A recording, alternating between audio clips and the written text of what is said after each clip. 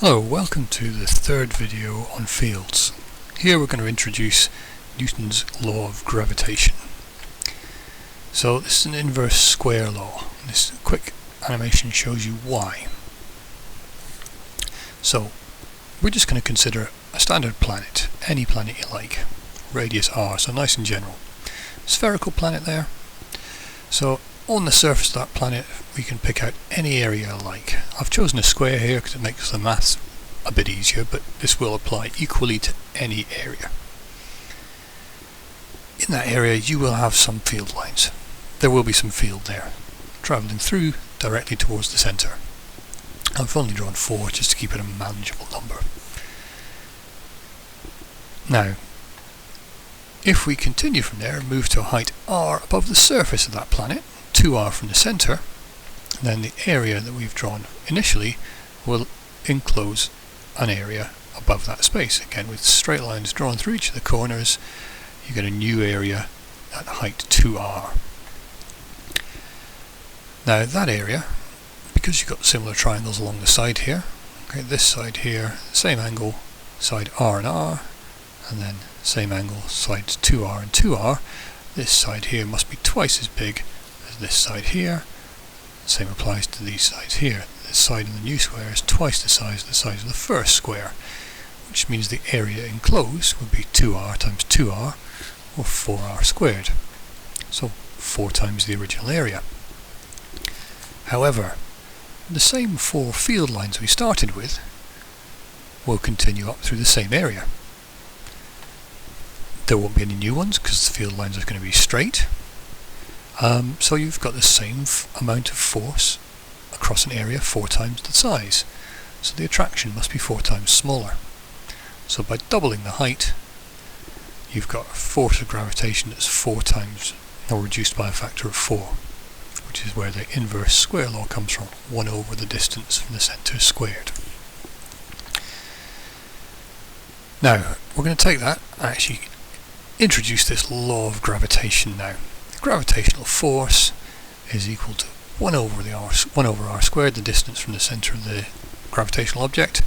We looked last time at the idea it was dependent on both masses. So gravitational force is this gravitational constant times by mass 1, mass 2 over the radius, the radial distance between the two centre of masses squared. So, or in words, that means the force of gravitational attraction between two masses, m and m, is proportional to the product of the two masses, inversely proportional to the square of the distance. Mass 1 times mass 2 divided by r squared, and this g is what we call a constant of proportionality. It's an experimental value that means this fits. Kilograms times kilograms divided by meters squared gives us a force in newtons. Okay, G allows that to work. So, a worked example.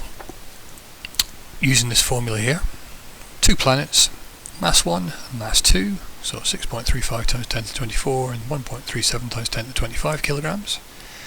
They're experiencing a force of 3.67 times 10 to the 18 newtons. What's R? Okay, you can find your values on your datasheet to help you with this. You can find the gravitational force constant there. Pause the video now, have a go at the calculation and see if you end up with the same thing. Okay, so working this out. Our formula, F equals gmm over r squared. We need to take these values, substitute them into that equation, but we want to find r rather than f, so we're going to have to do a little bit of rearrangement first. But multiplying both sides by r squared and dividing by f, and then put the numbers in, you get g times m times m over f will give you r squared. So I jumped a few steps here, but you've got r squared is g times mass 1 times mass 2 divided by the force. But we didn't want to find r squared. Okay, calculate r squared, but we want to find the distance between the two centre of masses, r. So we have to square root both those values. And that gives us 3.98 times 10 to the 10 metres, or putting that in more meaningful terms, 39 million kilometres. Okay, both of those answers would be acceptable. I suppose